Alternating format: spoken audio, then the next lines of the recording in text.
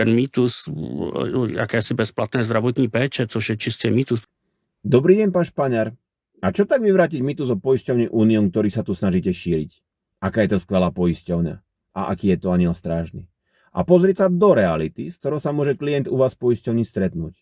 Pozrieť sa na to, ako Unión v skutočnosti rieši malé poistné udalosti, hoci ste odo mňa zinkasovali násobne viac.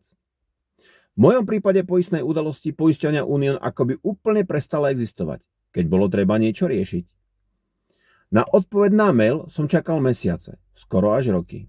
Občas u vás pomohli známosti, teda maklér, ktorý sa v Unióne za mňa musel prihovoriť. Ale toto trvalo len chvíľu. Potom ste zase hrali mŕtvého chrobáka. Ako keby Unión ignoroval obyčajného človeka. Hoci som u vás platil od 400 do 1400 eur ročne za okrúhlenie. Keď už sa unúvate odpísať, znova ste odo mňa pýtali tie isté doklady, ktoré som vám už dávno poslal a ktoré ste si ani nevedeli doplniť v online systéme sledovania škodovej udalosti. Takto ste ma naťahovali roky. Samozrejme, popri tom ste nezabudli posielať šeky na úhradu ďalšieho poistného. A bez problémov ste so mnou uzatvárali ďalšie poistky. Keď malo prísť k platbe z mojej strany, zrazu šlo všetko ako po masle.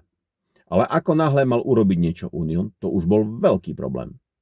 Keď som to už prestal tolerovať, napísal som list priamo vedeniu poisťovne. Teda vám, pán riaditeľ, ak to pozeráte. Taký ten normálny papierový, viete.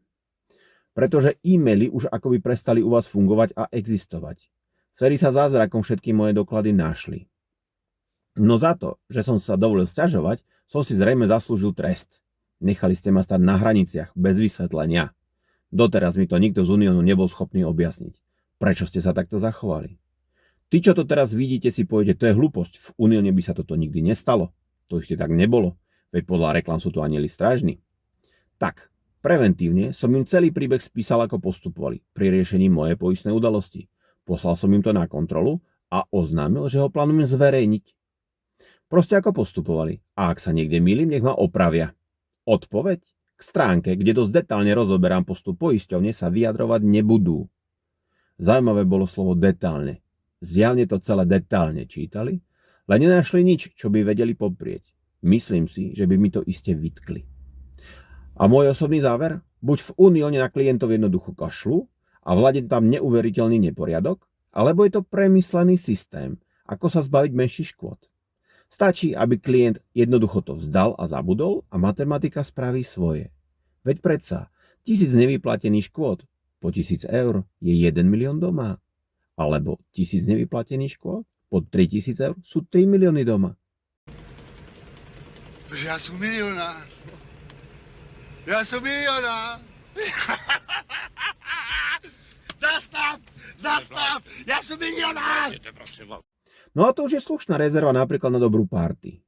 Preto som sa rozhodol upozorniť na to, ako to podľa mňa môže v takejto poisťovni fungovať. A ak im táto stratégia fungovala roky a nikto na to neupozornil, prečo by s tým prestali? Ešte vám prinesiem zoznam výhovoriek, s ktorými som sa v Unióne stretol, keď sa obhajovali, prečo poistné šetrenie trvá tak dlho. A ak sa mi z Uniónu ozvu a vyjadria sa k tomu, spravím tomu ďalšie video. Zatiaľ zostávam s pozdravom a sledujte ma, či sa to niekde pohne ďalej.